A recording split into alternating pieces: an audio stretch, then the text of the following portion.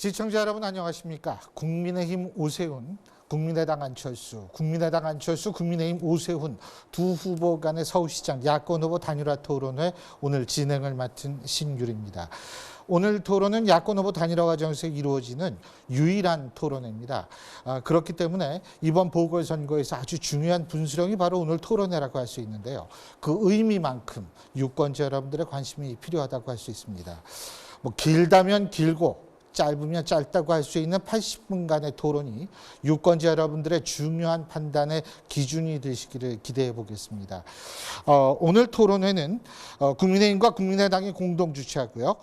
KBS, MBC, SBS, TV조선, 채널A, JTBC, MBN, YTN, 연합뉴스TV 그리고 TBS에 이르기까지 총 10개사의 방송사를 통해서 동시 생중계되고 있습니다. 또한 국민의힘 유튜브 옳은소리, 국민의당 유튜브 안철수 등 각종 유튜브 채널에서도 생중계되고 있음을 말씀드리겠습니다. 참고로 지금 후보자들이 앉은 좌석 순서와 발언 순서는 사전 추첨회의에서 결정됐음을 말씀드립니다.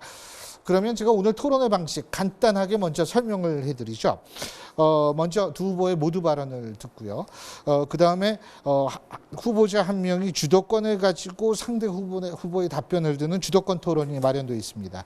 이어서 후보자들이 자유롭게 토론하는 자유토론이 있고요. 마지막으로 마무리 발언을 듣는 순서로 해서 오늘 토론회를 마칠 텐데요. 제가 한 가지 말씀드릴 것이 있습니다. 이런 토론회에서 가장 중요한 것이 이른바 기계적 형평성이기 때문에 발언 시간은 제가 칼같이 관리하겠다는 걸 두 분께 말씀을 드리고요. 너무 섭섭해하지 말아 주십시오. 예, 그러면 이제 본격적으로 오늘 토론을 시작하겠습니다. 먼저 후보들의 모두 발언부터 들어볼 텐데요. 추첨에 의한 순서에 따라서 먼저 안철수 후보부터 모두 발언해 주십시오. 시간은 1분입니다. 존경하는 서울 시민 여러분, 여러분은 지금 내년 봄 정권 교체가 과연 가능할 것인지 아니면 어려워지실 것인지 그 길목에 서 있습니다.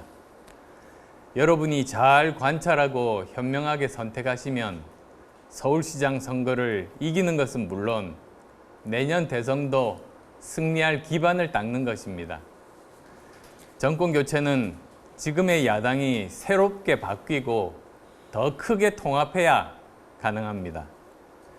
야당이 다시 예전으로 돌아간다면 서울시장은 이기고 대선은 지는 참혹한 결과를 낳을 수 있습니다.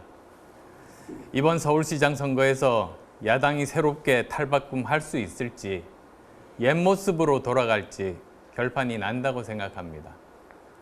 오늘 토론 보시면서 서울시를 미래로 안내할 사람이 누구인지, 누가 시장인 상황에서 대선을 치르면 죄송합니다. 이길 수 있을지 자, 다음은 판단 부탁드립니다. 오세훈 후보 발언해 주시죠. 역시 시간 1분입니다. 네, 안녕하세요. 반갑습니다. 오세훈입니다. 오늘 정말 기다렸던 시간입니다. 그동안 지지와 성원 보내주신 거 감사드리고요. 요즘에 걱정 많으시죠? 부동산 가격은 폭등했는데 LH 땅 투기 사건이 벌어져서 참으로 많은 국민 여러분들이 분노하고 계십니다. 이건 무능과 부패의 완결판입니다. 사실 1, 2차 신도시 때 비슷한 사건들이 터졌었기 때문에 충분히 예견됐던 일이고, 그렇기 때문에 예견을 못했다면 무능한 거고 예견하고도 안 했다면 부패와 연관이 있을 겁니다. 저 오세훈, 과거의 서울시, 부패의 온상이던 서울시, 별명 복마전인 서울시를 청렴도 1위의 도시로 만들었던 경험을 살려서 반드시 서울시 깨끗하고 유능한 조직으로 거듭나도록 만들겠습니다. 지켜봐 주십시오. 예, 고맙습니다. 자, 이제는 제가 두 후보께 공통 질문을 드리고요. 두 후보분께서 1분 30초 이내에 대답을 드리는 그런 순서입니다. 두 가지 질문인데요. 자, 첫 번째 질문부터 드리겠습니다. LH 사건 요새 가장 주목을 받는 사건인데요. 이 LH 사건의 원인과 배경, 과연 그걸 뭐라고 생각하시는지, 그리고 이 사후 처리 과정 두 분께서 다 보셨을 텐데 이 사후 처리 과정에서의 현 정부 어떻게 평가하시는지, 그리고 지금 국민들이 너무나 분노하고 있는데 이런 그 사후 처리 과정과 분노 유발 요인이 관계가 있는지 이 부분에 대해서 제가 여쭤보겠습니다. 자, 그러면 발언 순서에 따라서 먼저 오세훈 후보부터 말씀해 주시죠. 예, 방금 전에 잠깐 말씀드린 대로 이 사건은 이 정부의 무능과 부패를 총체적으로 보여주는 그런 사건입니다. 정말 예측 불가능해서 미리 막질 못했을까요? 전 그렇게 생각지 않습니다. LH 직원들 뒤에는 늘 뒤를 봐주는 정치권이 있습니다. 추측이지만 집권당 국회의원들일 가능성이 높고요. 그런 의미에서 이번에 민주당 국회의원 6명이 연루됐다는 것도 나왔고 아마 앞으로 수사가 계속되면 속속 정치권과 공무원의 유착관계도 나올 가능성이 높아 보입니다. 국민 여러분께서 정말 무서운 눈으로, 준엄한 눈으로 지켜봐 주셔야 될 것이고요. 더군다나 더 정말 참기 힘든 것은 사후 수습입니다. 멀쩡한 수사권을 가진 검찰을 손발을 묶어놓고 그리고 국토부, 제일 책임이 있는 국토부가 주축이 돼서 조사라는 걸 먼저 하는 동안에 이미 증거는 다 인멸됐다고 생각합니다. 검찰이 포클레인이라면 특검은 삽자루 하나입니다. 여러 번 삽질하는 것보다 검찰이 포클레인으로 떠내면 될 일을 이렇게 고집스럽게 검찰을 배제시키고 있습니다. 국민 여러분, 검경 수사권 분리를 빌미로 한 이 정부의 이러한 행태, 국민 여러분께서 심판해 주셔야 됩니다. 예. 네. 예, 고맙습니다. 자, 안철수 후보 답변해 주시죠. 역시 시간 1분 30초입니다. 예. 이 사건은 LH 사건이라기보다 신도시 투기 사건입니다. 이 정부가 가지고 있는 위선을 그대로 보여주는 사건입니다.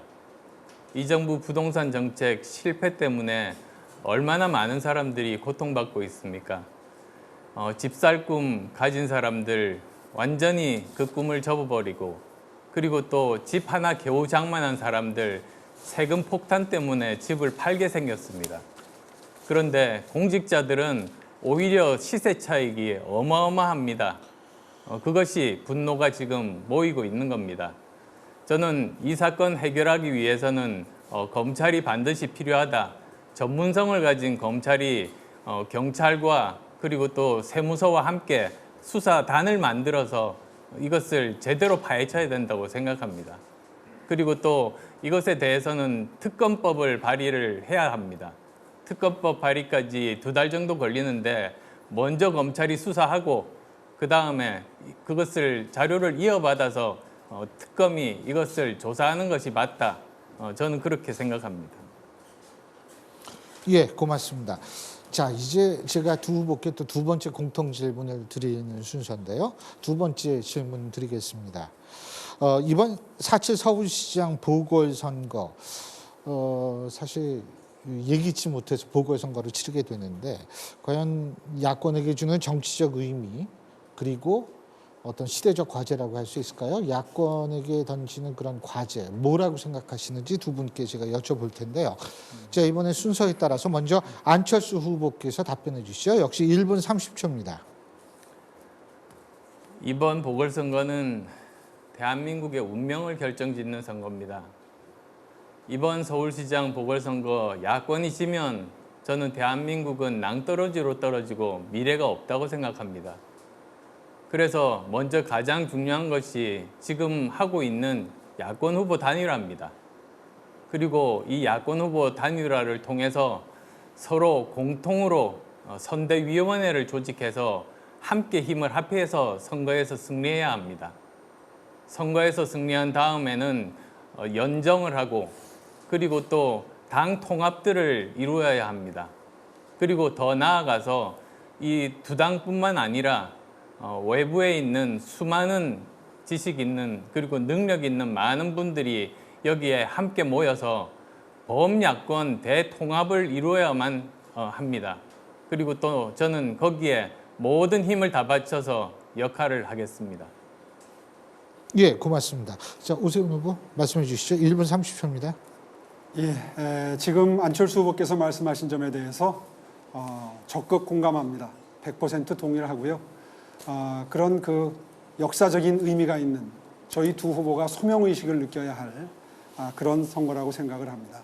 거기에 더해서 정치적인 의미에 더해서 서울시를 다시 되살려야 된다는 그런 행정적인 의미도 있습니다. 실제로 지난 10년 동안 박원순 전 시장 시절에 서울의 경쟁력은 추락했고 시민들의 삶은 많이 팍팍해지고 힘들어지셨습니다. 이제 유능한 우파가 등장해서 청렴하고 유능한 시정을 펼침으로써 우파가 집권하면 저렇게 일도 잘하고 깨끗하구나.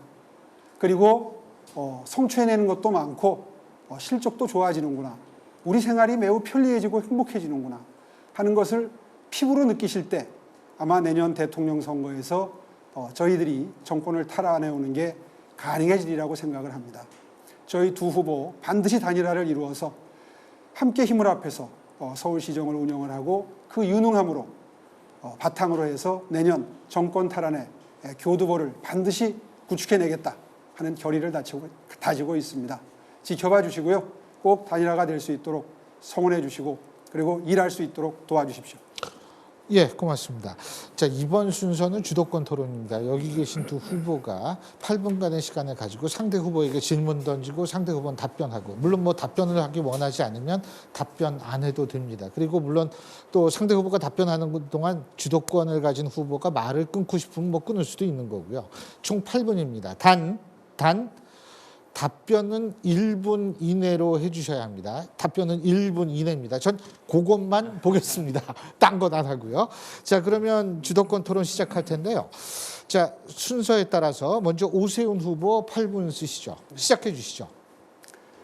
예, 사전에 교환한 의견에 따라서 강남북 균형 발전 방안에 대해서 질문 드리겠습니다. 사실 어떤 시장이든 시정을 시작하게 되면 이 강남 지역과 비강남 지역 뭐 이렇게 표현하는 게 정확할 겁니다. 서남권이 있기 때문에 강남 지역과 비강남 지역의 균형 발전을 도모하는 것이 가장 큰 숙제로 등장을 하게 됩니다. 그런데 제 공약에는 교통 소외 지역, 다시 말해서 지하철도 닿지 않고 버스도 노선이 부족한 그런 곳에 경전철 공약이 있는데요. 안철수 후보님 공약에는 제가 쭉 살펴보니까 이 교통소외 지역에 이 경전철 공약이 빠져 있더라고요. 그래서 여쭙습니다. 경전철에 대해서는 필요성을 인정하시는 거죠? 저는 당연합니다. 경전철에 대해서는 지금 박원순 시장이 제대로 못했습니다. 그건 보면은 오히려 민간 자본을 유치하려고 했던 건데요.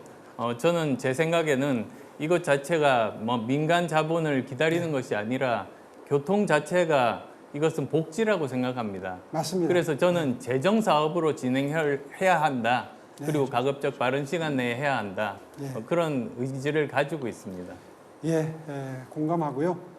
다만 재정 사업으로 하는 데는 이제 서울시의 재정 형편상 문제가 있기 때문에 사실은 민간 투자 사업으로 진행을 하고 일단 민간에서 투자를 하고 그 교통 수익금으로 이제 공사비를 빼가는 그런 형태로 진행이 되고 있는데 그게 이제 투자 대비 수익이 BC 레이쇼 1이 넘어야 가능하기 때문에 그래서 노선이 어떤 것은 빨리 진행되고 어떤 것은 늦습니다. 그래서 민간 투자 사업으로 할 수 있는 건 하고 재정 사업으로 할 수 있는 건 하고 이제 구분이 필요한데요.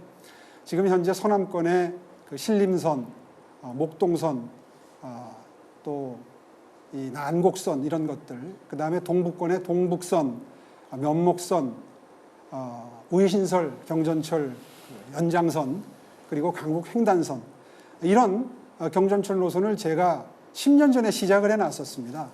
그런데 이게 박원순 시장께서 취임하셔서 다 취소했다가 뒤늦게 필요성을 인정하고 시작하는 바람에 사실 지금쯤 다 완성이 돼야 되는데 완성되지 못했습니다. 지금 이제 시행 초기인 그런 그 노선들도 있고요. 반드시 서둘러서 교통 사각지대 문제 해결하겠고요. 그 외에 또 강남북 균형 발전의 방안에 대해서 많은 시민들이 필요성을 느끼시는 게 이 교육 격차입니다. 강남 지역의 교육은 부러움의 대상이죠. 혹시 강남, 비강남 지역 교육 격차 해소에 대해서 생각해둔 방안이 있으십니까?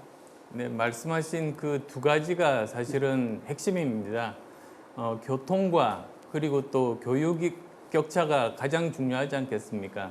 제가 지금 노원구에 살고 있습니다. 네. 그래서 누구보다도 이 강북 지역의 여러 가지 열악한 인프라에 대해서 잘 알고 있습니다. 따라서 핵심만 간단히 좀 네, 교육 격차 해소의 방안에 대해서. 네, 그래서 저는 시립 학교를 만들고 싶습니다. 시립 학교요? 네, 그럼요. 시립에서 그 서울시장이 할 수 있는 그런 일들이 있습니다. 여러 가지가 있는데요. 우선은 방과후 학교에 대해서 서울시장이 일을 할 수가 있습니다. 그래서 저는 전일제 방과 학교를 공약으로 내세웠습니다. 방과후 또한 학교는 지금도 학교에서 시행이 되고 있는데 지금- 방과후 학교를 위한 별도의 시립 학교를 세우시겠다는 얘기십니까? 아닙니다. 5시 정도에 마치는데 보통 맞벌이 부부 같은 경우는 7시, 8시까지 그렇게 돼야지 퇴근을 하시지 않습니까? 네. 그거를 더 시간을 더 연장을 하고 그리고 또 그 교육도 저는 4차 산업혁명 시대에 맞추어서 거기에 필요한 코딩 교육이라든지 또는 회화 위주의 언어 교육이라든지 이런 더 좋은 그런 커리큘럼들을 만들어서 사교육비를 절감시키는 그것을 이미 공약으로 내세웠고요. 그 정도면 충분하고요. 사실 저하고는 좀 생각이 다른 면이 있습니다. 지금 말씀하신 대로 하려면 아마 예산도 많이 들어갈 거고 그리고 시대의 흐름에 맞지 않는다는 측면이 있습니다. 물론 방과후 학교를 활성화해야 될 필요는 있습니다. 근데 저는 제가 구상했던 것은 인강의 활용입니다. 지금 현재 강남구가 시행하고 있는 인강, 인터넷 강의죠. 정말 유명한 학원 강사님들, 모두 부러워하는 학원 강사님들, 이런 분들을 강남구에서 초빙을 해서 인터넷 강의를 하는데 물론 다른 자치구에서도 다 들을 수 있습니다. 이것을 더 많은 투자를 해서 서울시가 인강을 시작하겠습니다. 학년별로 초등학교부터 고등학교까지 보충 수업을 해드리는 거죠. 이제 그렇게 함으로써 학교마다 지역마다 또 공사립 학교에 학력 격차가 있는 것을 이 인강으로서 보충해 드린다면 강남이나 비강남 지역에 전혀 차별이 없는 똑같은 교육 콘텐츠를 전달함으로써 교육 격차를 해소하고 정말 차별받지 않는 그런 느낌으로 우리 학생들이 교육 콘텐츠를 접촉할 수 있다. 접하면서 학력을 향상시킬 수 있다. 이런 방안을 가지고 있습니다. 물론 교육청과 협의를 하겠습니다. 해서 정말 서울 전 지역이 똑같은 교육 내용으로 교육받을 수 있도록 하는 인강을 활용을 하고 또 교육 멘토링 사업을 통해서 대학생들 자원봉사를 그동안 했는데요. 이거를 하나의 알바로 만들어서 1대1로 연결을 시켜줘서 학습 부진 학생들에게 멘토, 다시 말해서 가외 선생님이죠. 쉽게 얘기하면 이런 사업도 구상을 하고 있습니다. 교육 격차 이외에 또 강남북 격차 중에 가장 큰 게 이 상업지역의 문제입니다. 강남구나 중구는 상업지역이 굉장히 많은데 서남권의 구로, 금천, 관악구라든가 은평구, 서대문구라든가 동북권의 도봉구, 노원구, 동대문구, 광진구 이런 곳은 상업지역이 적어서 정말 이 생활 불편도 많고 그리고 발전의 격차가 생깁니다. 이 방안에 대해서 어떻게 해결 방안을 모색하실지 한번. 마침 지금 말씀하신 노원 특히 그 창동 차량 기지 있지 않습니까? 거기에 대해서도 강남북 격차를 위해서 여러 가지 이야기를 하신 것을 봤습니다. 거기 보니까 원래 창동 차량 기지에는 기존의 바이오 메디컬 단지를 세우기로 했는데 서울교통공사를 이전하겠다 그렇게 공약을 내세우셨습니다. 그거는 제 공약이 아니고요. 창동 차량 기지가 워낙 넓기 때문에 여러 가지 용도로 쓸 수 있는데 거기에는 하남 스타필드 같은 생활형 쇼핑 공간 그리고 고척돔과 같은 이 체육시설을 비롯해서 비즈니스 공간까지 다 집어넣는 게 제 공약이고요. 아마 다른 분 공약하고 착각하신 것 같습니다. 아유 아닙니다. 거기에 써 있습니다. 창동 차량 기지 말씀하시죠. 서울교통공사 지금 어디에 있는지 혹시 아시는지요? 저는 서울교통공사를 그쪽에다 옮긴다는 공약은 한 적이 없습니다. 예, 근데 혹시 아니 그리고 아십니까? 지금 질문의 요지가 창동 차량 기지에 대한 질문이 아니고요. 서울 시내 전체에 상업 지역이 부족한 자치구에 어떻게 상업 지역을 많이 집어넣어서 비즈니스의 격차를 줄일 거냐를 질문을 드렸습니다. 그러니까 특히 노원구가 제가 지금 살고 있는 노원구가 가장 심각한 곳이라서 그렇게 예. 말씀드립니다. 예, 시간이 다 됐습니다. 오세훈 후보. 자, 이제는 안철수 후보께서 주도권을 가지고 토론해 주시면 되는데요. 역시 시간 8분입니다. 시작해 주시죠. 저 아마 오세훈 후보께서도 동의하시겠습니다만 이번 선거가 정말 야권이 이겨야 되는 선거입니다. 박원순 서울시장 10년 심판해야 되는 선거 아니겠습니까? 그런데 사실 저도 솔직히 양보를 했던 책임이 있습니다. 그래서 대선 포기하고 이번에 서울시장 출마를 하게 됐습니다. 그런데 더 사실 근본적인 원인을 보면 시장직을 사퇴하신 오 후보 책임이 있으시지 않습니까? 동의하십니까? 예, 그럼요. 여러 차례 시민 여러분께 정말 깊은 사죄의 말씀을 드린 바 있습니다. 그 무상급식 아직도 반대하십니까? 무상급식 문제는 저는 무상급식이 아니라 세금급식이라고 생각을 하고요. 그리고 그것은 무상급식을 반대한 게 아니라 부자 무상급식을 반대했던 겁니다. 다시 말해서 부잣집 아이들에게 줄 돈이 있다면 아까 말씀하신 그 방과후 학교나 영어 원어민교사 지원 같은 이런 지원을 통해서 가난한 집 아이들에게도 공교육의 혜택을 더 많이 볼 수 있게 해서 교육 사다리를 만들므로써 교육 복지를 실현해내자 이런 취지에서 그런 주장을 폈던 거죠. 그러면 아직도 부자 무상급식 반대하신다는 말씀이시네요? 부자 무상급식은 저는 큰 틀에서 모든 복지가 다 부자를 위한 복지를 하는 것보다는 그 돈을 아껴서 가난한 계층, 어려운 계층에게 가야 된다는 게 제 원칙이고요. 다만 무상급식은 이미 시작이 됐습니다. 그리고 올해부터 특히 초중고등학교가 다 실시가 되는데 굳이 그거를 10년이 지난 지금까지 꼭 반대하고 싶은 생각은 없습니다. 또 기왕에 하고 있는 것을 철회하거나 취소하는 것은 저는 반대한다고 어저께도 비전 토론 때 말씀을 드렸습니다. 제가 의사 입장에서 보면 사실은 아이들 먹는 것 자체가 그 평생 건강에 굉장히 중요합니다. 그리고 그렇습니다. 또 커가는 아이들이 여기에 대해서 차별받는 것은 심리적으로 굉장히 큰 타격을 줍니다. 그래서 저는 아이들에 대해서는 보편적인 복지를 하는 것이 원칙이다. 저는 그렇게 생각합니다. 저는 조금 생각이 다른데요.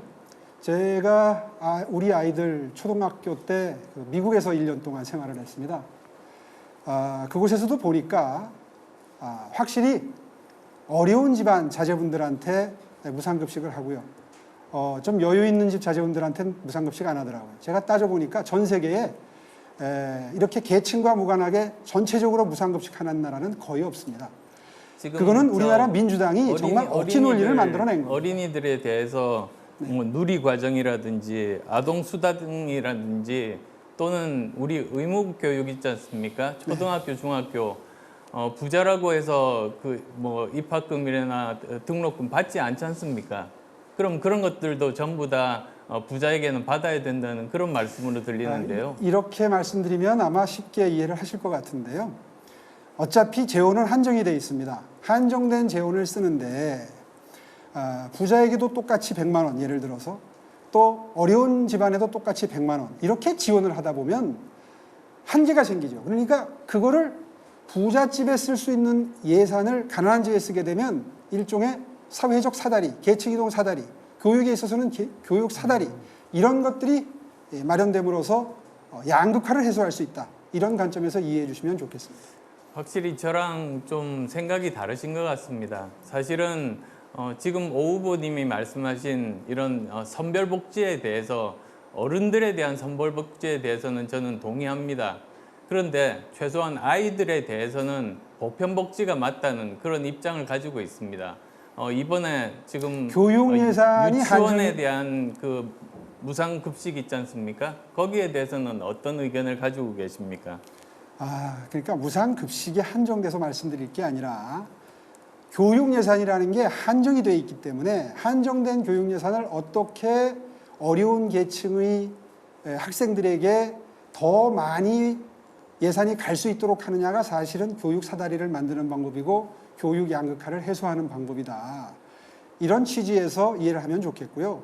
그거를 뭐 쓸 수 있는 돈이 수십 가지, 수백 가지인데 무상급식 하나에 한정돼서 이야기를 계속하는 것은 그거는 이 토론의 목적에 부합하지 않는다. 저는 그렇게 봅니다. 그러시다면 실제로 이미 시행하고 있는 것에 후보께서는 유치원 무상급식 반대한다. 그렇게 제가 해석해도 되겠습니까? 유치원 무상급식도 초중고등학교 유상급식과 마찬가지로 하고 있는 것, 할 것에 대해서 굳이 반대할 생각은 없다고 말씀을 드렸고요. 다만 전체적인 교육 예산 중에서 어떻게 효율적으로 어려운 계층에게 더 많이 돌아갈 것인가는 연구를 해야 된다는 게 제 정치적인 철학이고 입장이다. 그런 걸 강조합니다.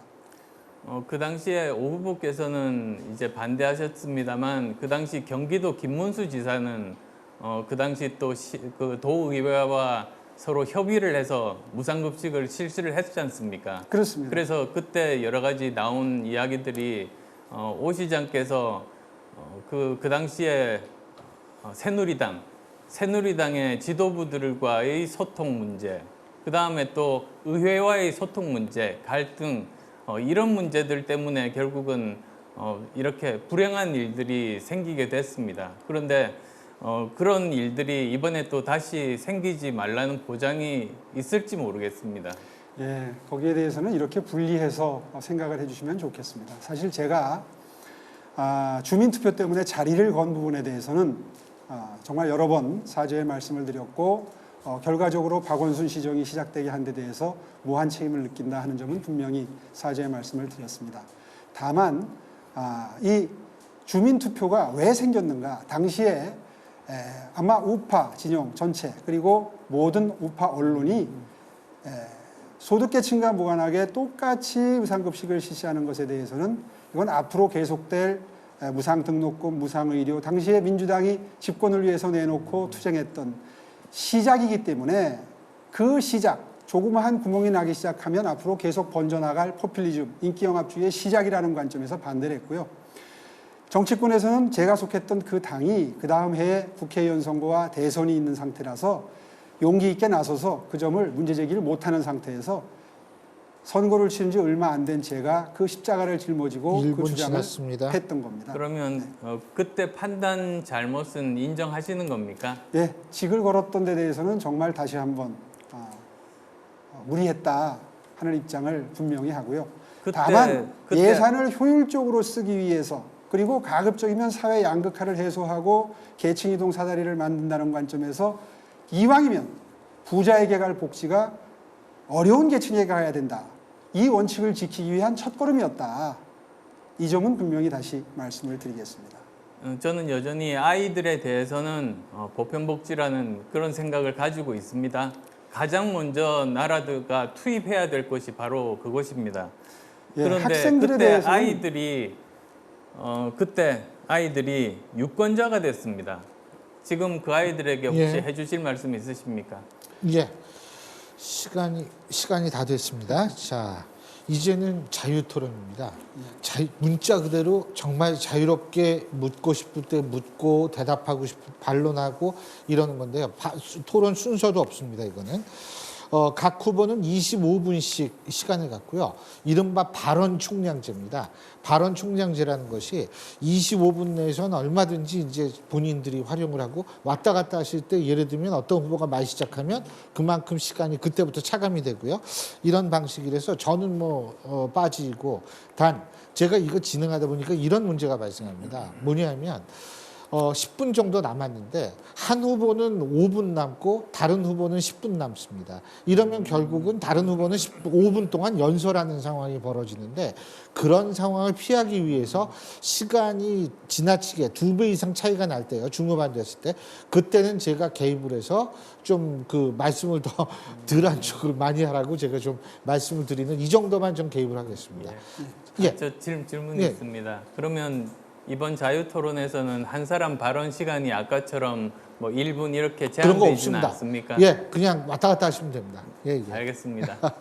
예, 자 그러면 어느 후보부터 말씀해 주시겠어요? 이거 차례 정해져 있는 게 아니니까 먼저 하시고 싶은 분 저부터 먼저. 할까요? 안 후보님부터 하시죠. 사실 이 문제는 오늘 좀 짚고 넘어가야 될 것 같아서요. 또 설명도 하신 것 같아서 여쭤보겠습니다.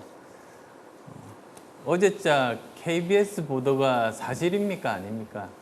어저께 KBS자 보도에 대해서는 참 드릴 말씀이 많은데요. 그렇게 추상적으로 묻지 마시고 구체적으로 물어주시면 제가 답변 드리겠습니다.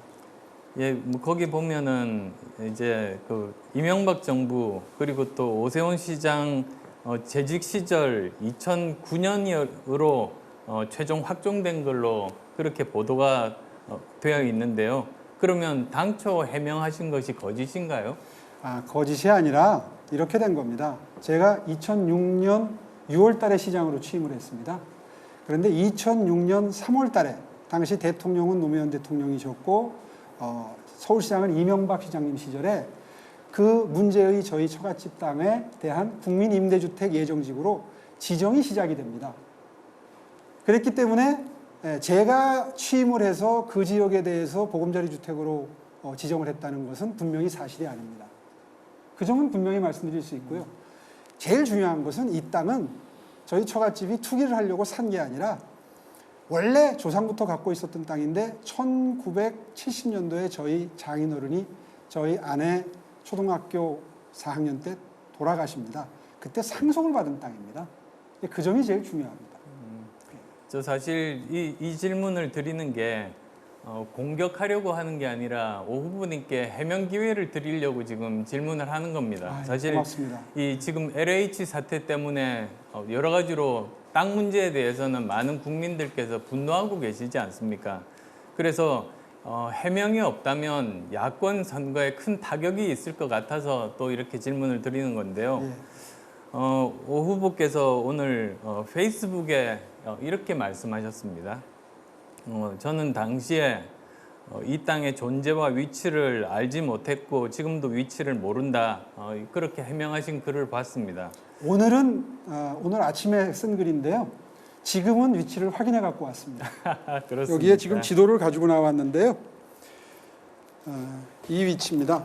오늘 확인을 했는데 이 지도를 좀 해주십시오. 이게 내곡동의 그 문제의 저희 처갓집 땅 수용된 땅이고요. 여기 요 빨갛게 표시된 부분 보이십니까? 요 빨갛게 표시된 부분인데요. 이 지역을 지금 민주당에서 시장이 됐기 때문에 아무리 지구 지정 절차가 그 전에 전 시장 때부터 시작이 됐더라도 이거를 제외했어야 옳다는 주장을 하고 있는 겁니다, 지금. 근데 한번 위치를 보십시오. 이 위치를 빼고서 이 지정이 가능했겠습니까? 제가 이 위치를 갖다가 몰랐다 이런 말씀을 드리는 것은 저는 사실 관심이 없었습니다. 그리고 이 땅을 보금자리 주택으로 이제 그러니까 설명이 좀 필요한데요. 전임 시장님 시절에는 국민 임대주택 예정지구였습니다. 근데 아시다시피 이명박 대통령이 이제 시장을 거쳐서 대통령이 되시지 않았습니까? 대통령 되고 난 다음에는 기억하다시피 보금자리 주택지구가 됐습니다. 보금자리 주택이 역점 사업이었어요. 그래서 이 땅을 꼭 쓰고 싶었던 겁니다. 국토부에서. 그래서 계속 논의가 이루어지는 과정에서 제 임기 중에 이제 이게 똑같은 땅이 국민 임대주택 예정지구에서 보금자리 주택 예정지구로 바뀌게 되는데 그 이유는 법률이 그대로 이어졌기 때문입니다. 국민 임대주택 특별법에서 보금자리 주택 특별법. 그래서 사실은 속수무책으로 이 땅이 거기로 지정이 될 수밖에 없었던 거고요. 저희 처갓집에서 수용되는 것을 반대했을 리가 없는 것이 사실 여기에 그 가격까지 제가 들고 나왔는데 이게 평당 보상 가격입니다. 270만 원. 지금 이 근처에 땅이 평당 수천만 원 갑니다. 당시에 평당 270만 원에 수용이 됐는데 당시의 시가도 317만 원으로 표가 나와 있습니다. 다시 말해서 시가보다 보상가가 훨씬 낮았던 거죠. 그래서 이 지역에 있는 분들이 전부 시위를 하고 농성을 하고 보통 이런 그 지구 지정이 이루어지면 토지 소유자들은 보통 그런 저항을 하고 끝내 법정으로 가서 소송을 해서 수용가를 더 높이게 됩니다. 그런데 저희 처갓집에서는 그런 저항을 하지 않고 그냥 수용에 응했던 겁니다. 그리고 그 절차는 저는 현직 시장이지만 전혀 몰랐습니다. 왜냐하면 이건 주택국장 전결 사항이었기 때문입니다.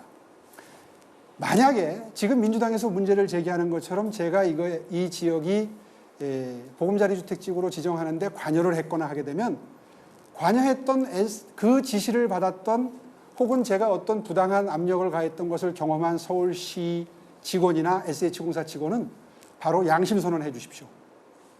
그 집은 그분들이 여러분이 계실 텐데 어느 분이라도 한 분이라도 이 지구에 대해서 오세훈 시장이 관심을 표했거나 직간접적으로 압력을 가했다는 기억이 있으신 분은 나서 주십시오. 그러면 저는 바로 후보 사퇴하겠습니다.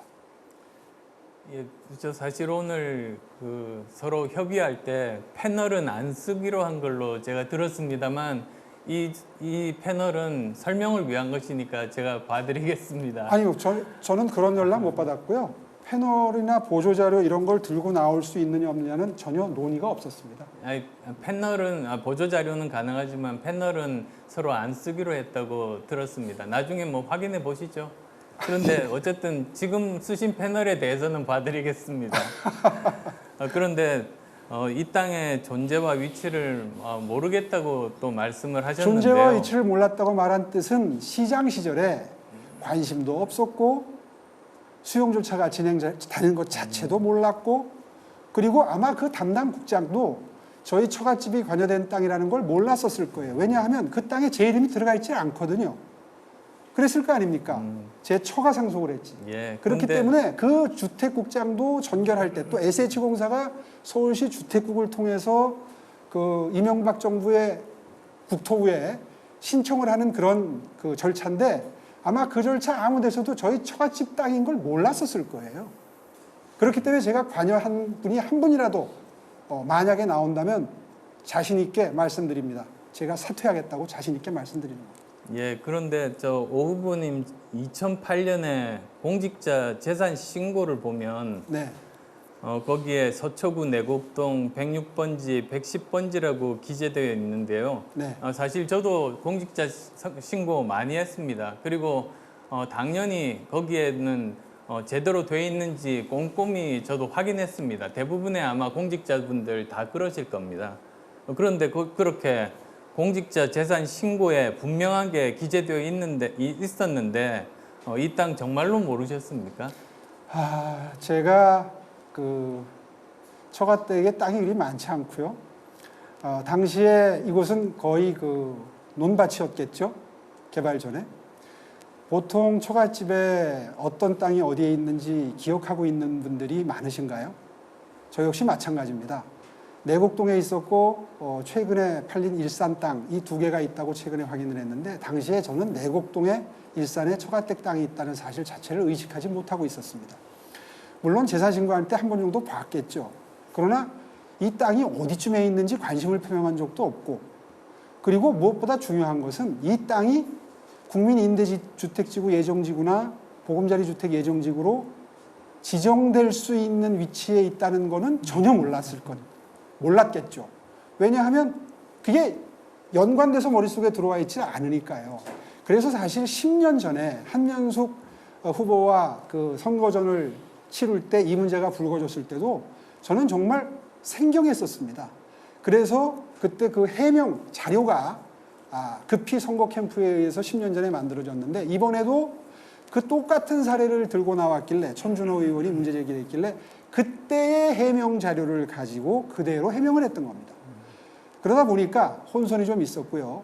이번에 그 주장이 제기된 지 지금 한 일주일 정도 지나는 사이에 확인을 해보니까 위치도 이제 알게 됐고 오늘 아침에 그리고 이것이 어떤 경로를 통해서 보금자리 주택지구가 됐는지도 비로소 알게가 된 겁니다.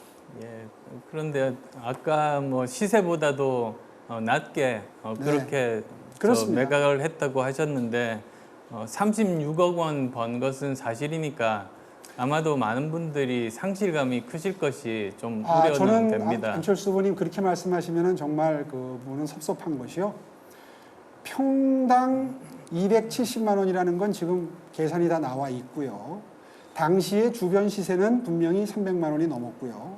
무엇보다도 이제 제가 변호사지 않습니까? 그래서 변호사 업무를 할 때 보면 보통 정부에서 이런 그 주택 예정지구를 지정을 해서 보상가를 산정하면 항상 시세보다 한 10%나 20% 낮게 책정을 합니다. 왜냐하면 불복하고 다시 말해서 그걸 받아들이지 않는 분들을 소송하게 되면 한 10%나 20% 더 줘서 소송을 끝내는 경우가 허다하기 때문에 시가를 절대 제대로 쳐주지 않습니다. 그래서 거의 모든 지역에서 머리 두드리고 반대하고 시위하고 데모하는 일이 벌어지는 겁니다. 이 지역도 마찬가지였고요. 요즘에는 많이 시세 보상으로 올라왔습니다. 그래서 그런 저항이 많이 줄어들었는데요. 10년 전만 하더라도 그게 보편적이었고 대부분 소송으로 들어가면 원래 정부에서 예정했던 보상가보다 한 10%에서 20% 정도 더 주는 것으로 소송이 끝나는 게 거의 일반적인 통례입니다. 이거는 법조계 분들에게 물어보셔도 상식적인 일입니다. 그러니까 총액이 얼마다 이걸 가지고 아니 일반 시민들이 상실감을 가진다 이렇게 말씀하시면 그거는 적어도 안철수 후보님이 하실 말씀은 전 아닌 것 같습니다. 이것 모두가 사실은 오세훈 후보께서 단일 후보가 되셨을 때를 가정을 하면 본선에서 공세가 뭐 지금 제가 말씀드린 것보다 훨씬 더 심해질 겁니다. 그래서 지금 여쭤보는 질문이고 이런 본선에서 민주당 공세가 훨씬 더 심해지고 또 다른 여러 가지 또 자료들이 나올 텐데 대책이 있으신지요? 본질은 시장이 아니었다면 어떤 일이 벌어졌을까? 이제 이런데 좀 생각을 초점을 맞춰봐야 되는데요. 지금 민주당 주장은 이런 겁니다. 오세훈 시장이 지정에 관여했다. 그리고 시장 지위를 이용을 해서 돈을 벌었다. 그리고 만약에 오 시장이 이해 충돌이 있었다면 이 땅을 보상지에서 제외를 하는 게 옳았다. 뭐 이런 식의 주장을 합니다. 근데 아까 보셨다시피 전태지구의 가운데 들어있기 때문에 여기를 빼면 여기가 지정이 안 되는 위치입니다. 그러니까 억지 주장이고요. 만약에 여기를 지정 대상에서 제외를 했다면 더 큰 돈을 벌 수 있었을 겁니다. 왜냐하면 여기가 개발이 되면 그 근처 땅은 몇 배로 오르지 않습니까? 그래서 어떤 경우에도 억지 주장이다. 그렇기 때문에 이런 걸 가지고 유권자분들이 영향을 받지는 않을 거라고 저는 굳게 믿습니다. 자, 이제 안철수 후보께서 질문을 주로 하셨으니까. 한 가지만 그러면 또 아까 말씀하셨는데 확인만 좀 드리겠습니다. 이런 지금 설명하신 그런 내용 가운데서 어떤 거짓이 밝혀진다면 책임지시겠는지요? 그럼요.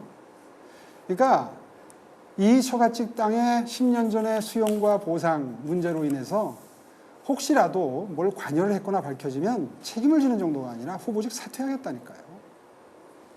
예, 성실하게 답변해 주셔서 감사합니다. 자, 이제는 좀 제가 네. 질문을 좀 드리겠습니다. 오늘 아침에 이제 시장이 만약에 여기서 단일 후보가 되셔서 시장이 되시면 우리 당과 합당을 하시겠다 그러셨어요. 그래서 저는 거기에 동의합니다. 그리고 정말 환영합니다. 좋은 그 입장을 개진하셨는데요. 이렇게 여쭤보겠습니다. 지금까지 정치권에서 안철수 후보님의 그 정치적인 행보를 보면서 이런 의미를 가집니다. 첫째, 먼저 후보가 되시면 그 단일 후보가 되시면 우리 당과 공동선대위를 출범시키겠다고 약속을 하셨습니다. 그렇죠? 네, 국민의힘 중심으로 공동선대위를 출범시키겠다고 말씀드렸습니다. 그렇죠. 그렇게 되면 그 공동선대위원장은 천상 김종인 현 비대위원장님이 되실 겁니다. 그런데 오늘 아침에 어저께 보니까 김종인 비대위원장님께 대해서 섭섭하다. 그걸 좀 넘어서서 옹고집이시다. 상황이시다. 뭐 이런 여러 가지 감정적인 감정을 자제하시지 못하는 표현을 쓰셨던데 과연 이런 상태에서 그 조직과 자금의 지원을 필요로 하는 공동선대위가 원활하게 운영이 될 수 있을까 싶어서요. 혹시 그런 감정을 푸실 수 있는 보관이 있으신지 좀 말씀해 주십시오. 예, 사실 지난 몇 달간 여러 가지 저한테 김종인 위원장께서 말씀하셨습니다만 거기에 대해서 그 어떤 뭐 험한 말도 제가 하지 않았습니다. 워낙 연륜이 많으신 분이니까 깊은 뜻이 있다고 생각한다고 그렇게 또 말씀드렸습니다. 그런데 어제 하신 말씀은 자칫하면은 이 단일화 시너지를 줄일 수 있는 그런 위험한 말씀이셨습니다. 그래서 저는 앞으로 이런 말이 계속 나오게 되면 누가 단일 후보가 되더라도 선거가 쉽지 않을 것 같다는 판단 하에서 오늘 그렇게 말씀을 드린 거고요. 제가 단일 후보가 된다면 또 김종인 위원장 찾아뵙고 양해를 구하고 제발 도와달라고 그렇게 꼭 부탁드리겠습니다. 예, 사실 김종인 비대위원장님과 안철수 후보 간의 정치인으로서 또 인간적인 그런 관계가 매우 원활한 관계가 아니기 때문에 아마 아침에 발표하신 것처럼 공동선대위가 마련돼서 우리 당의 전폭적인 조직적인 그리고 자금 면에서의 도움을 받기는 쉽지 않을 거라고 저는 판단을 합니다. 특히 자금은 또 도와드릴래야 도와드릴 수도 없어요. 당이 다르기 때문에. 제가 이제 뭔가를 제안드리기 위해서 지금 이런 질문을 불편하시지만 드리는 겁니다. 두 번째는 조금 좀 듣기 거북하시겠지만 이런 질문도 드리겠습니다. 안철수 후보께서 정치를 시작하시고 점점 그 리더십에 대해서 좀 축소지향의 리더십이다. 저는 뭐 그렇게 표현해도 과언이 아니라고 생각하는데요. 2013년에 새정치연합, 새정치민주연합이죠. 김한길 대표님과 공동대표 했을 때 119석인가 그랬는데 2014년도에 국민의당이었나요? 39석.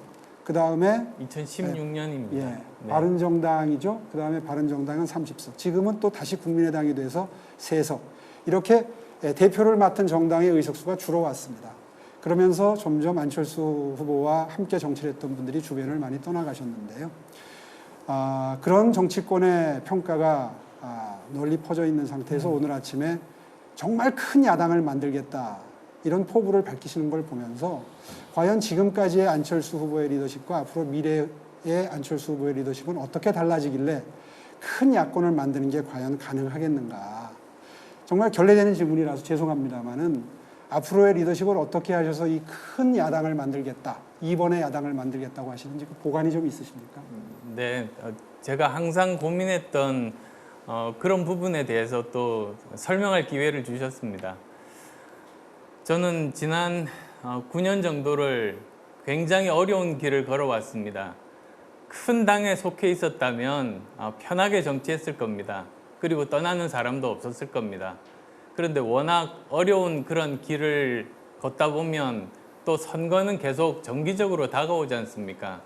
그럴 때 제가 가는 길이 편안하고 아주 안락한 길이라면 모르겠는데 그 길이 너무나 힘든 길이기 때문에 다른 당으로 가시는 분들에 대해서 제가 섭섭하기는커녕 오히려 죄송한 마음이었습니다.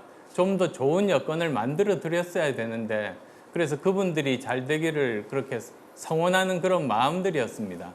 그리고 그런 경험들이 많기 때문에 오히려 저는 사람들을 많이 모을 수 있다고 생각합니다. 이번 본격적으로 범야권 이런 대통합이 일어나게 되면 저도 구성원의 한 일원 아니겠습니까?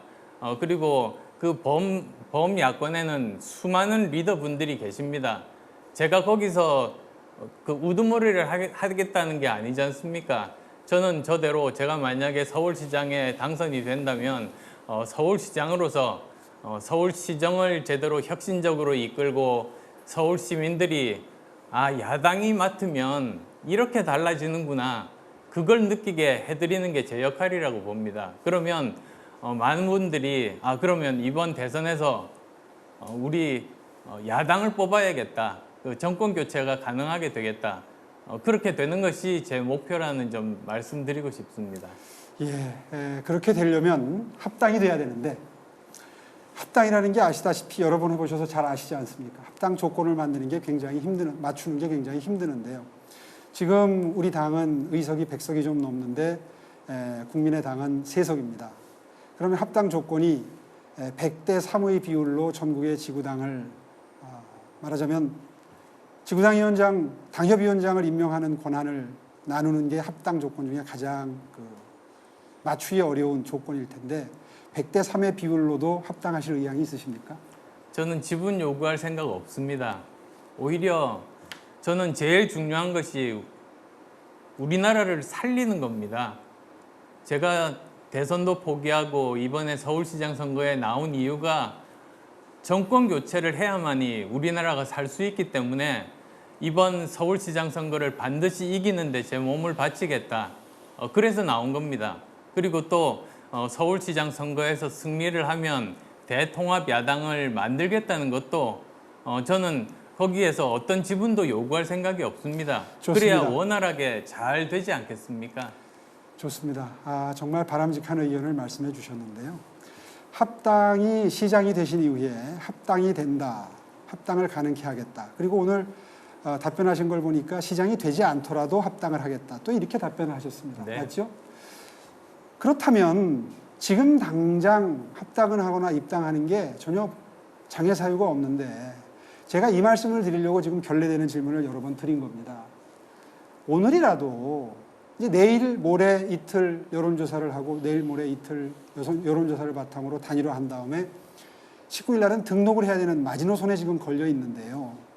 이런 상황 하에서 오늘이라도 입당을 하시면 그러면 이제 앞으로 합당이 어려운 난관이 많을 거예요. 난관이 많은, 그리고 될지 안 될지 모르는, 솔직히 말해서 약속을 지키지 못할 가능성이 많은 합당을 하느니 입당을 하시면 제일 좋을 것 같은데, 그래서 제가 출마 선언하기 전에 입당을 하시면 저는 출마 안 하겠습니다 하는 제안도 드리고 열흘 동안 많은 정치적인 손실을 감내했는데요.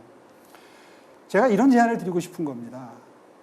오늘 중으로 입당을 결단해 주시면 단일화는 약속했던 시한을 지킬 수 있게 됩니다. 그러면 지금 현재까지 협상에서 단일화를 위한 여론조사 때문에 지금 아직도 대립하고 있지 않습니까?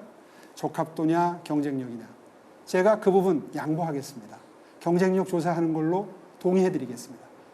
그리고 어차피 할 합당, 할 수 있는 효과를 누리면 100% 야권 분열을 막을 수 있고 단일화가 성사가 됩니다.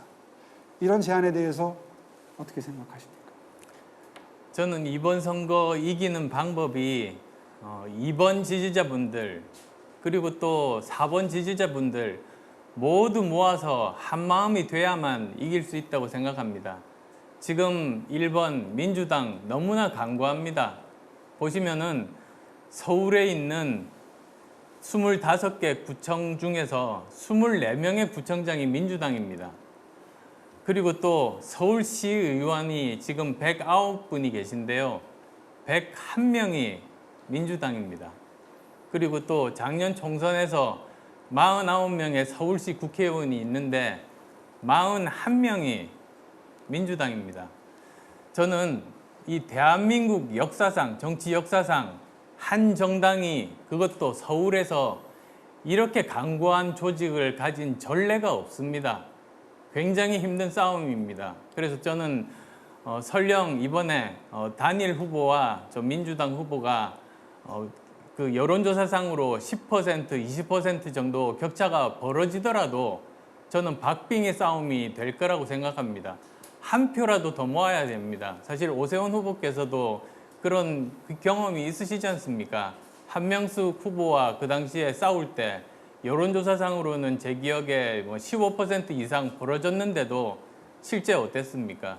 0.몇 %로 겨우 이길 수가 있었지 않습니까? 그래서 저는 그 걱정을 말씀드리는 겁니다.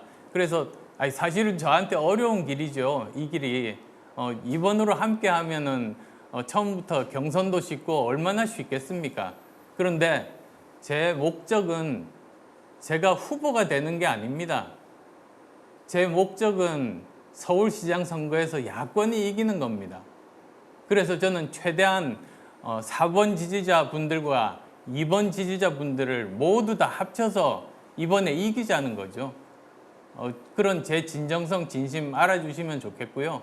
그리고 또 혹시나 거기에 대해서 좀 미덥지 못하다 이런 분들도 계실 수가 있다고 생각해서 오늘 3단계의 시장 선거가 끝난 다음에 3단계의 구체적인 그런 범야권 통합 방안을 그래서 말씀드린 겁니다. 저는 사실은 안철수 후보께 이 제안을 드리면서 좀 받아들여 주셨으면 하는 생각을 한 것이, 아까 제가 몇 가지 문제점을 지적하지 않았습니까? 단일 후보가 안철수 후보께서 되시더라도 우리 당에서 조직과 자금을 전체를 다 동원해서 이게 한 40억 가까이 들어가는 선거거든요. 이렇게 종합적인 지원을 하는 게 현실적으로 불가능합니다. 김종인 비대위원장님과의 관계에 비춰봐서도 그렇고 또 당이 다르기 때문에 자금 지원을 할 수가 없습니다. 따라서 거당적인 지원이 불가능한 후보인데 어떻게 통합선대위로 지원을 바라시는 건지 불가능하고요. 또 나중에 합당을 할 때 지금은 쉽게 말씀을 하시지만 양당 간에 합의할 때 정말 산 넘고 물 건너서 이번 단일화보다도 훨씬 더 힘든 난관들이 많습니다. 거기에 더해서 안철수 후보께서 말씀하신 윤석열 전 검찰총장까지 함께하는 그런 범야권을 만들려면 굉장한 리더십이 필요한데 과연 지금까지의 그런 그 축소지향의 리더십을 가지고 아무리 지금 마음이 하늘을 찌르더라도 현실적으로 그분과 함께 할 수 있을지도 사실은 현실적으로 힘듭니다. 제가 왜 그런 조짐을 보느냐 하면 사실 과거에 윤석열 전 검찰총장 검찰에 계실 때 그분을 영입하기 위해서 접촉했던 사실을 여러 번 인터뷰 때 말씀하시는 걸 제가 봤습니다. 사실 실패한 영입인데요. 그 사례를 여러 번 말씀하시는 걸 보면서 저건 아닌데 요즘 젊은 분들이 실패한 소개팅에 대해서 주변에 얘기하면 정말 싫어한다고 합니다. 그건 사실 그분에 대한 도리도 아니거든요. 이런 상황에서 과연 마음은 제가 알겠습니다. 그러나 그분까지 함께하는 공동전선, 큰 야당을 만드시는 게 과연 가능할지 이거에 대해서 저는 몹시 회의적이고요. 이제 그렇기 때문에 어차피 하실 합당이라면 그리고 조건 없이 하시고 지분 요구도 안 하신다면 입당하고 뭐가 다르겠습니까? 그래서 지금이라도 입당을 결심해 주신다면 제가 화답하는 의미에서 안철수 후보께서 진영에서 주장하시는 여론조사 방식에 동의해드리겠다. 경쟁력 조사 방식으로 동의해드리겠다. 이렇게 제안을 드리는 것이고요. 이 토론이 끝날 때까지 좀 생각해 주시고 그리고 분명한 답변을 좀 해주시면 좋겠다 하는 생각입니다. 예, 잠깐 타이머 멈춰 주십시오. 자, 지금 앞에 타이머 보이시죠? 네. 근데 오세훈 후보께서는 지금 7분 52초 남았는데 안철수 후보께서는 15분 44초가 남았습니다. 그러니까 이걸 좀 균형을 적절하게 한다는 의미에서 좀 나중에 혼자만 말씀하시면 심심하시니까 제가 잠깐 개입을 했습니다. 그러면 제가 질문을 하고 답변을 하시면 아마 시간 균형이 좀 맞을 것 같은데요. 저도 할 말이 많습니다만 제가 질문을 드리겠습니다. 지금까지 질문 주셨으니까 이제 제가 좀 말씀드리겠습니다. 시간의 사실은 균형을 맞추려면 이렇게 시간을 많이 쓰신 것은 제가 오히려 설명드릴 기회를 드렸지 않습니까? 네. 오 후보님을 위해서. 질문을 하고 그렇습니다. 답변을 하면 제가 시간을 많이 쓰거든요. 아까 그러니까 제가 요번에 질문 드리고 이제 답변을 하시면 제가 시간 균형이 맞을 것 같아요. 제가 길게 질문 드리겠습니다. 시작하시죠. 어떤 분이든. 자, 네, 제가 타이머. 길게 지금 또 방금 여러 가지를 사실 동시에 말씀을 하셔서 세 가지 정도 말씀하신 것 같아요. 이렇게 제가 만약에 제가 단일 후보가 되면 돈 문제는 어떻게 할 거냐.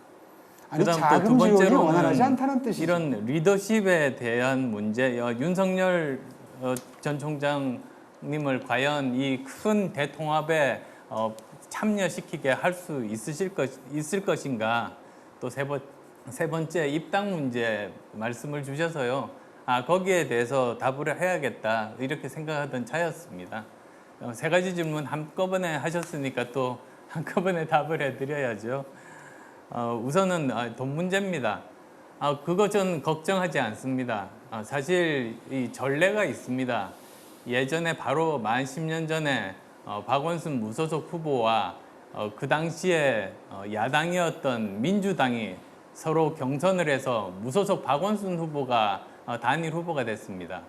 그때 어떤 조직적인 문제나 돈 문제나 유세 문제 같은 것들이 없었습니다. 물론 한계는 있죠. 분명합니다. 한 당이 아니니까 한계는 있습니다만 거기에서 합법적으로 모든 일들을 했고 그것뿐만 아니라 그 이후로도 제가 알기로 한 3번 정도의 사례가 있었습니다.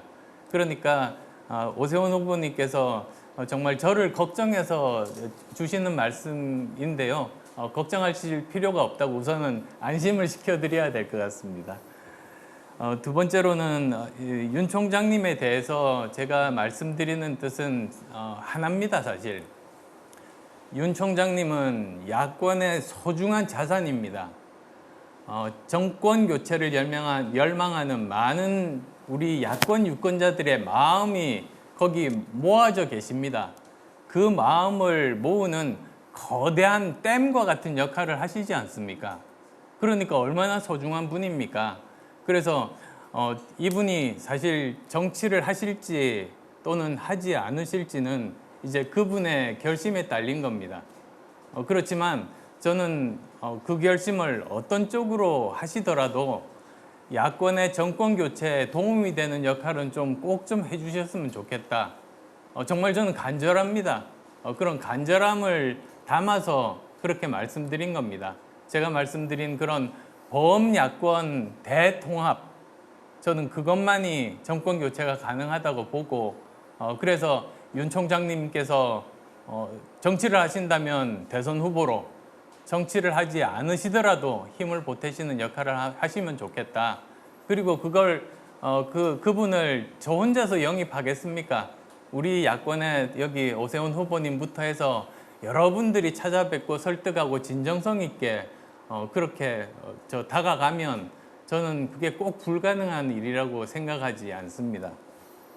그리고 뭐 입당 문제에 대해서도 여러 가지로 말씀드렸습니다만 사실은 제가 오늘 일요일 날 발표를 했습니다. 더 큰 입원을 만들겠다. 그리고 또 오늘 혹시나 거기에 대해서도 좀 분명하지 않은 구석이 있을지도 모른다는 생각에 오늘 또 더 자세하게 정말 구체적인 뭐 영어 표현으로 액션 플랜까지 다 이렇게 말씀드렸습니다. 저도 정치인인데 그것 약속 어기면 제가 앞으로 정치를 할 수 있겠습니까? 그러니까 거기에 대해서는 염려하지 않으셔도 된다는 말씀을 드리고요. 오히려 저는 지금 이제 저와 그리고 또 그러니까 우리 야권 지지자층을 이렇게 갈라놓으려는 그런 시도들이 있습니다. 그건 뭐 야권 내에서도 있을 수 있지만 여권이 그걸 굉장히 바랍니다. 여권이 저하고 그리고 또 오 후보님을 갈라놓는 것이 본인들이 좋다고 생각하는 것 아니겠습니까? 그래서 저는 더 이상 이렇게 우리끼리는 분열에 대해서는 이야기하면 안 된다. 분열을 이야기하지 말자. 그리고 또 이런 여권의 갈라치기 흑색선전에 더 이상 넘어가지 말자. 그리고 확실한 방법은 저는 이런 것 같습니다. 우리 두 사람 중에서 한 사람은 야권 통합 후보가 될 것 아니겠습니까? 그러면 다른 사람은 선대위원장으로 그 사람의 당선을 위해서 뛰기로.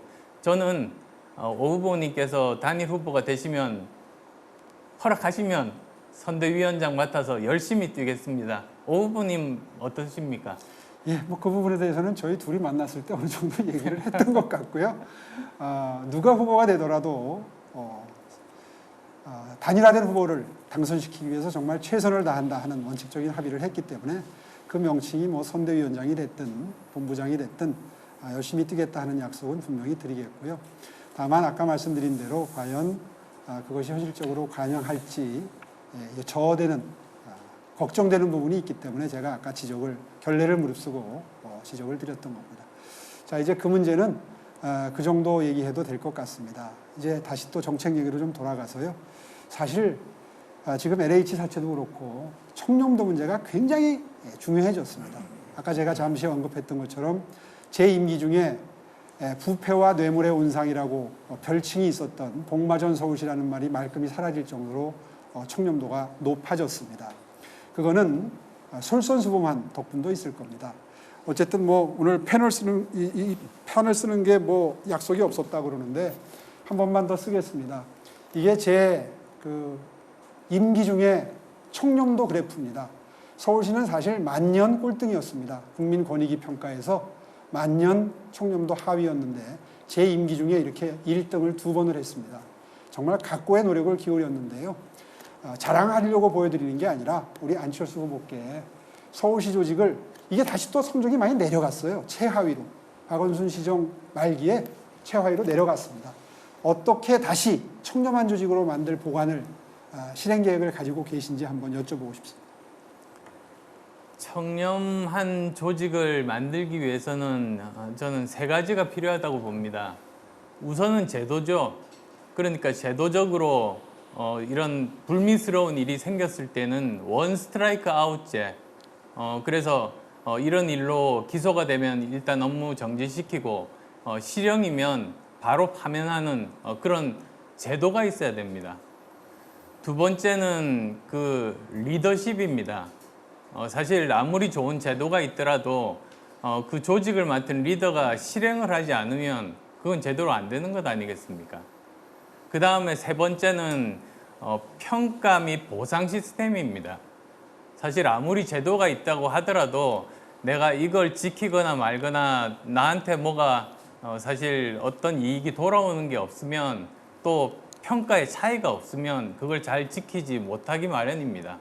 그래서 더 중요한 것이 그 제도를 잘 지키는 사람에게는 좋은 평가와 더 좋은 인센티브, 뭐 여러 가지 방법이 있겠죠. 휴가를 더 보낸다든지 또는 그 성과급을 더 준다든지 그런 방법들이 있습니다. 이런 것들이 사실 모든 조직에서 저는 평생 조직을 경영해 봤습니다. 그리고 사실 서울시보다도 더 큰 예산에 국내 굴지의 세계적인 대기업의 이사회 의장을 하면서 중요한 커다란 결정들도 해봤습니다. 그래서 어떻게 하면 우리가 생각하는 것을 영어 표현으로 execution, 실행에 옮길 수 있는가? 그건 이미 저는 지금까지 여러 직업을 하면서 증명한 바가 있죠. 예, 지금 말씀을 들으면서 우리 안철수 후보께서 정치 시작하고 얼마 안 됐을 때 하셨던 말씀이 생각이 납니다. 수영장에서 수영을 할 줄 알면 바다에서도 수영할 수 있다. 사실 제가 옛날에 철인섬정 경기를 좀 해봤는데요. 수영장에서 수영한다고 바다에 들어가니까 10m도 못 가겠더라고요, 처음에. 아마 안철수 후보님은 능력이 출중하시기 때문에 민간에서 쌓은 역량을 공공에서 충분히 발휘하실 수 있을 거라고 저도 믿고 또 믿고 싶습니다. 엘빈 토플러 이야기는 모르셨던 것 같아요. 엘빈 토플러가 그랬습니다. 정부는 25마일로 비행하는데 기업은 100마일로 비행한다. 어느 그런 말도 조직이 있습니다. 더 그 말씀은 엘빈 토플러가 어느 조직이 더 효율적이냐, 어느 조직이 더 시대를 앞서가느냐, 어느 조직이 더 빨리 적응하느냐의 문제고요. 청렴도의 문제는 완전히 다릅니다. 사실 제가 그 비유를 하고 있었던 중인데요.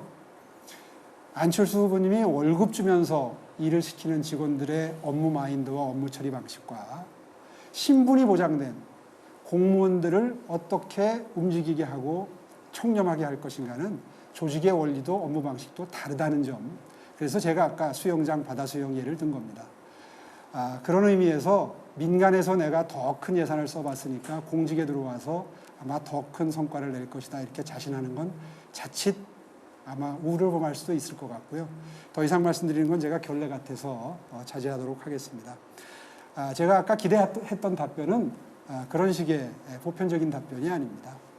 사실 모든 정책에 안철수 후보께서 더 강하신 4차 산업혁명, AI와 빅데이터, 업무 시스템을 어떻게 정교하게 최첨단 과학과 연결을 시켜서 투명하게 공개하는 시스템을 만들므로써 공무원들이 제도적으로 투명해질 수밖에 없느냐라는 말씀을 사실 해주실 걸로 기대를 하고 질문을 했는데 그 부분에 대한 답변은 미처 없으셨습니다. 블록체인입니다. 맞습니다. 저는 사실은 그 말씀을 듣고 싶어서 말씀하셨는데 아까 말씀 안 하시길래 그래서 말씀을 드렸고요. 아마 지금 생각이 나신 모양입니다. 직접 에스토니아 가서 봤기 때문에 저는 뭐 누구보다도 더 잘 그렇습니다. 압니다. 최첨단 과학 기술이 하이 테크놀로지가 투명성까지 보장할 수 있는 그런 시스템을 가능케 합니다. 사실 안철수 후보님 정도 되면 그 시스템을 좀 심도 있게 설명하실 걸로 기대를 했었습니다. 어쨌든 그 질문에 대한 답변은 그 정도로 충분하고요. 혹시 소상공인 안심재단이라는 공약을 하셨죠? 예, 그렇죠. 그런데 제가 이 공약 자체는 뭐 전 찬성을 합니다. 소상공인들이 어려우니까 어떻게 지원하겠다 이런 공약인데 혹시 서울시에 서울신용보증재단하고 서울산업진흥원이 있는 거 알고 계십니까? 당연히 알죠. 이 두 기구로 충분히 이 기능을 할 수 있지 않겠습니까? 조금은 다릅니다. 오히려 저는 그 오 후보님 공약을 보면서 서울 신보를 통해서 사무 대출을 하겠다고 이렇게 공약을 내세웠는데 저는 이건 좀 위험하다 그렇게 생각을 했습니다. 저는 뭐 지원은 찬성은 하는데 서류를 안 받겠다는 건 그건 굉장히 그 퍼퓰리즘에 속합니다. 왜냐하면 저도 시중은행 사회이사를 또 여러 번 해서 그 분야에는 또 전문성이 있습니다. 그런데 거기에 대해서 또 부담은 서울시가 해야 돼서 지속 가능이 없는 그런 공약입니다. 그 부분은 오해십니다. 서류를 안 받겠다는 게요. 무슨 뭐 구비 서류 일체 없이 그냥 무조건 보증하겠다는 게 아니라 필요한 서류를 이거 가져와라, 저거 가져와라 이렇게 시간을 뺏지 않고 괴롭히지 않고 요즘에는 웬만하면 전산 시스템으로 다 됩니다. 그래서 필요한 것 이상으로 그 돈이 급해서 찾아오신 소상공인들에게 시간과 에너지를 빼앗지 않고 신용보증인단이 알아서 그 서류 필요한 것 최소한으로 줄여서 보증을 해주겠다 그 뜻이니까 그건 오해가 없으면 좋겠고요. 긴급 제안을 좀 드리면 시간이 2분 51초 남으셨고 저는 이제 7분 이상 남아서요. 네. 제가 좀 질문을 드리면 빠른 답변 좀 부탁드리고 싶습니다. 네. 오 후보께서 시장 경험 이야기하셨는데 사실 재임 시절에 살림살이를 잘 못하셨다는 그런 평들도 많습니다. 그때가 부채가 11조 원 늘었습니다. 매년 2조씩 늘었는데 박원순 시장 재임 시절에는 매년 부채가 1조가 늘었습니다. 그래서 심지어 2011년 재보궐의 가장 큰 이슈가 서울시 부채 채무 문제였습니다. 당시에 한나라당 나경원 대표께서도 한강 르네상스 등 전시행정 안 하겠다고 공약을 내세웠을 정도였습니다. 그래서 오 후보 재임 동안에 재정이 안 좋아진 것이 팩트인데 어떻게 설명하시겠습니까? 자꾸 질문하고 제가 답변 드리면 제 시간이 더 많이 날아가는데 질문을 많이 하셔서 지금 이런 현상입니다. 나름 길게 했습니다. 네, 설명드리겠습니다. 제 임기 중에 리먼 브라더스 터졌던 건 기억하십니까? 네, 그렇죠. 그래서 국가도 지방자치단체도 전부 나라 빚을 냈습니다. 지방채를 발행했고요, 서울시는. 그래서 빚이 늘어났습니다. 경제 위기 왔을 때 돈 많이 푸는 정책 쓰는 건 다 알고 계시잖아요. 첫째는 그거고요. 두 번째는 그때 택지 개발 사업을 많이 해서 땅을 많이 사들였습니다. 그 땅에 이제 택지를 개발을 해서 박원순 시장은 분양을 했습니다. 그러니까 돈이 들어왔겠죠. 그러니까 저는 투자를 한 거고 박원순 시장은 돈이 들어온 겁니다. 그러니까 저 때 빚이 늘어나고 박원순 시장은 빚이 줄었겠죠. 그거를 박원순 시장이 처음에 활용해서 자기는 빚 갚은 시장이다 이렇게 말하는 걸 보면서 정말 제가 기가 찼던 기억이 납니다. 한마디로 말해서 그 시절에 빚 늘어난 게 지금 더 늘어났습니다. 박원순 시정 때. 그때 초기에 조금 여유가 있다가 그것이 다 모든 걸 설명해 줍니다. 그 설명이 저는 사실은 잘 이해가 안 갑니다. 왜 그러냐면 리만 브라더스 사태 때 굉장히 어려웠지 않습니까? 그렇습니다. 지금처럼 어려웠기 때문에 돈을 많이 풀어 썼죠. 그때 이제 한강 르네상스 등 전시행정적인 사업을 하신 거고요. 한강 르네상스 전시행정 전혀 없습니다. 한강 르네상스 지금 한강변에 많은 분들이 나가서 텐트 치고 즐기고 하는 그게 왜 전시행정입니까? 지금 그다음에 또 두 번째로는 얼마나 잘 활용하고 계시는데요? 택지 개발 사업을 하느라고 또 부채가 늘었다고 하셨는데요. 제가 제 시절에 택지 개발했던 게 마곡지구 있죠? 문정장지지구 있죠? 그런데 그다음에 신정지구, 신내지구. 네, 알고 있습니다. 그 전부 엄청난 조 단위의 돈이 투입됐던 땅 매수 사업입니다. 그런데 그것은 서울시 산하의 공기업의 부채지 서울시청의 부채는 아닙니다. 물론입니다. 그런데 서울시청 부채가 늘어난 거를 제가 말씀드리는 겁니다. 서울시청 부채가 늘어난 건 아까 말씀드린 대로 리먼 브라더스 때 경제 위기 때 지금 이 정부도 빚을 내서 돈을 푸는 정책, 흑자재정 정책을 적자재정 정책을 쓰지 않습니까? 그렇기 때문에 그렇습니다. 또 하나 또 물어보겠습니다. 상생주택 말씀 많이 하시지 않습니까? 이제 7만 호 말씀을 하셨습니다. 그런데 지난 14년 동안 3만 3천 호를 공급했는데 앞으로 5년 동안 7만 호 가능합니까? 가능합니다. 왜냐하면 제 임기 때 5년 동안 대부분이 공급이 됐고 그 다음에 박원순 시정이 시작되면서 많이 줄은 거거든요. 그래서 그렇습니다. 박원순 시장님이 제 업적 지우개 했던 거 아시지 않습니까? 그래서 지금 거의 고사 상태입니다. 그런데 지난번에 토론을 하실 때 답변을 제가 들었습니다. 그런데 서울에 지금 민간 나대지가 없다 그렇게 말씀을 하셨단 말이죠. 그렇게 되면 결국은 민간에서 건축물을 지은 그것을 허물고 거기에 해야 되는데 그것은 지금 민간 기대 수익을 맞추기도 불가능하고 사실 이것 자체가 저는 불가능하다고 그렇게 생각합니다. 대규모 택지가 없다는 뜻이고요. 그렇기 때문에 재개발, 재건축을 많이 활용해야죠. 그리고 역세권에 있는 그 건물들도 재개발, 재건축을 하면서 이제 집어넣을 수 있는 거죠. 거기에 임대주택이나 장기전세주택을 집어넣을 수 있는 거죠. 예. 지금 5분 예. 남으셨고 43초 남았습니다. 참고하십시오. 예, 조금 더 같은 연관된 것이어서 자, 이렇게 한번 여쭤보면은 해보면 어떨까요? 제가 계속 답변하다 보니까 시간을 많이 쓰게 되니까 지금 남은 시간은 제가 질문을 드리고요. 제 그리고 시간 좀 답변을 드릴까요? 아니, 뭐 그렇게 해주시면 고맙고요. 그건 안 됩니다. 아, 그건 안 됩니까? 하나만 간단하게. 저 중산층을 위한 게 시프트인데요. 네. 그러면 중산층에만 돈이 가고 오히려 어려운 사람들 공적 임대는 축소되는데요. 그건 그렇지 않습니다. 임대주택, 국민임대주택은 하되 추가 물량으로 상생주택 시프트가 들어가는 겁니다. 예, 뭐 답할 제가 또 여쭤볼 게 시간이 있는데 없어서 길게 설명을 못 예, 드려서 예. 요점만 간단히 드리는 겁니다. 자, 그러면 제가 질문을 좀 드릴까요? 예. 관광정책이 굉장히 중요합니다. 관광정책 진흥 방안 좀 말씀해 주십시오. 관광 정책 정말로 중요합니다.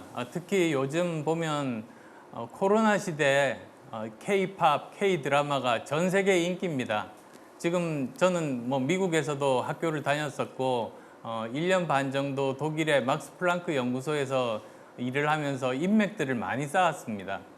그런데 그분들이 요즘 연락이 오는 것이 코로나가 끝나면 꼭 서울에 가보고 싶다는 겁니다.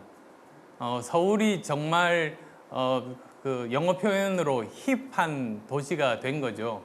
그래서 저는 약간 마음이 급해졌습니다. 이렇게 코로나가 끝나고 나서 많은 사람들이 와서 오히려 실망을 하면 이분들이 다시는 오지 않을 것 아니겠습니까? 그런데 저는 이 제일 중요한 것이 세 가지라고 생각합니다.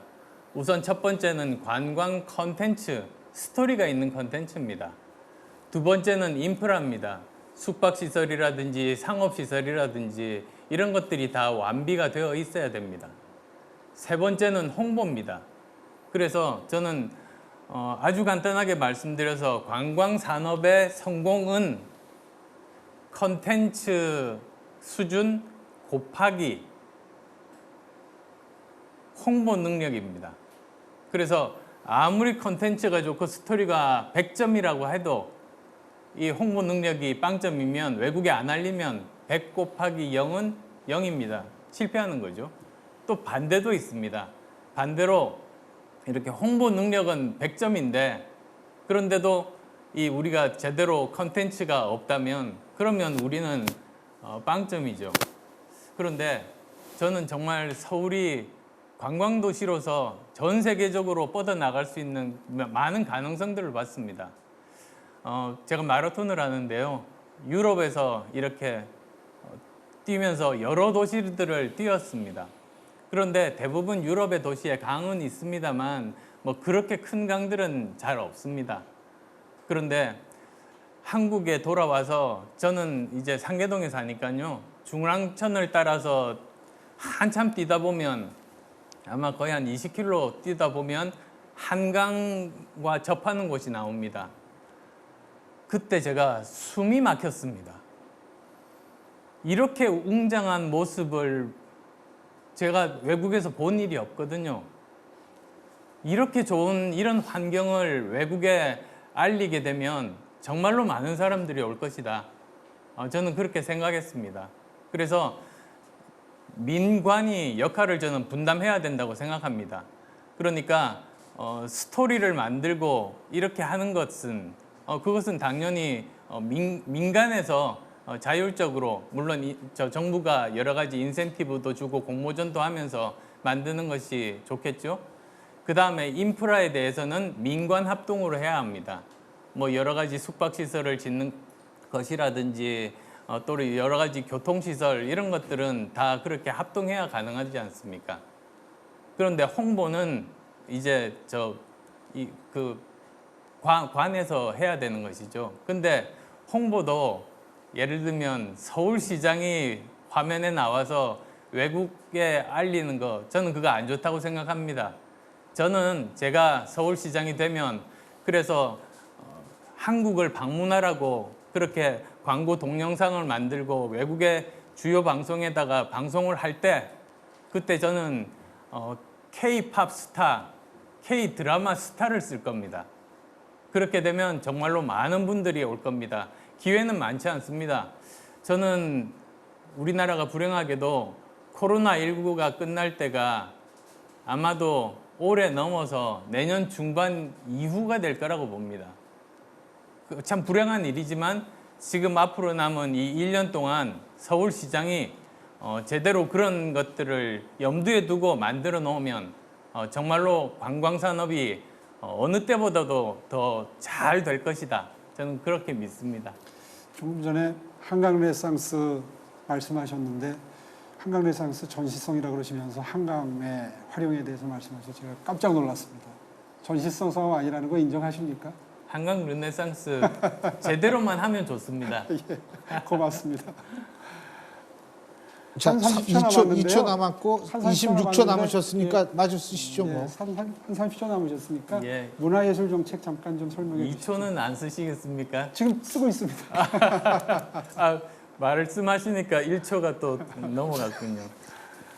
그러면 정말 제가 드릴 말씀들이 정말로 많습니다만 저 사실 부동산 정책 오 후보께서 36만 호 공급하신다고 하셨는데요.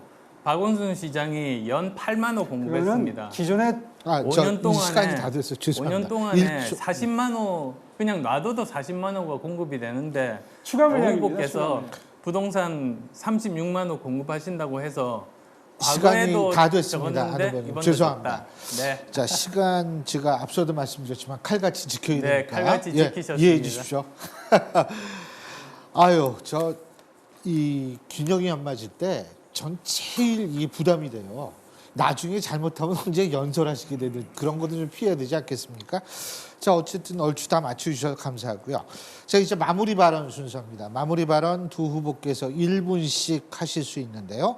자, 그러면 발언 순서에 따라서 모두 발언의 역순이죠. 먼저 오세훈 후보부터 말씀해 주시죠. 시간 1분입니다. 예, 존경하는 서울시민 여러분, 오늘 토론에서 희망을 발견하셨습니까? 저희 두 후보 굳게 약속했습니다. 꼭 단일화 이루겠습니다. 그렇기 때문에 많은 지지와 성원 보내주시고 계시다고 생각합니다. 실제로 허물 많은 사람입니다. 또 실수도 많았습니다. 그런데 여기까지 올 수 있게 도와주신 점 정말 감사드리고요. 저희 국민의힘 실망하셔서 문재인 정부의 실정에 분노하시면서도 저희 당을 하지 않으시던 분들도 저에 대해서 지지를 보내주시는 데 대해서 정말 다시 한번 깊이 감사드리겠습니다. 반드시 단일화를 이루어서 그 벽을 넘어서서 본선에 가서 박영선 후보 이겨서 대한민국의 심장 서울이 다시 고동치는, 그래서 국제경쟁력 1위의 그런 서울시를 만들겠다고 어저께 비전을 말씀드렸습니다. 함께 하겠습니다. 여러분 도와주십시오. 제가 뛰어서 정권교체 교도부 고맙습니다. 반드시 시간이 만들겠습니다. 다 됐고요. 자, 안철수 후보 말씀해 주시죠. 역시 1분입니다. 오늘 토론에서 오세훈 후보께서 좀 섭섭하다고 느끼실 말들이 있었을 겁니다. 하지만 단일화는 반드시 이루어서 선거까지, 선거 후에도 저희는 함께 갈 겁니다. 단일화에 성공하면 승리에 한 걸음 더 다가가게 됩니다. 그렇다면 이제는 더 큰 과제를 보아야 할 때 아니겠습니까? 어떻게 해야 내년 대선을 이길 수 있을까를 지금부터 생각해야 합니다. 제가 시장이 되어 낮은 자세로 국민의힘과 국민의당을 합쳐 더 큰 기호 2번 정당을 만들 수 있고, 그 과정에서 국민과 헌법을 보호하고자 일어선 많은 분들과 함께 할 수 있을 겁니다. 존경하는 서울시민 여러분, 제게 일할 기회를 주십시오. 성과로 보답하겠습니다. 서울시민 여러분의 현명한 선택 기다리겠습니다. 감사합니다. 예, 고맙습니다. 시간 정확히 지켜주셨네요. 예, 80분 시간 다 지났습니다. 여러분, 선거라는 게 선택의 과정인데요. 여론조사도 선택의 과정 중에 한 부분입니다. 여론조사 전화 받으시면 좀 솔직히 귀찮고 이러실 때도 많을 텐데요. 특히 요새 코로나 경제 때문에 상당히 그런 거 더 좀 거부감 느끼시는 분도 있으실 수 있습니다. 하지만 그러시면 안 됩니다.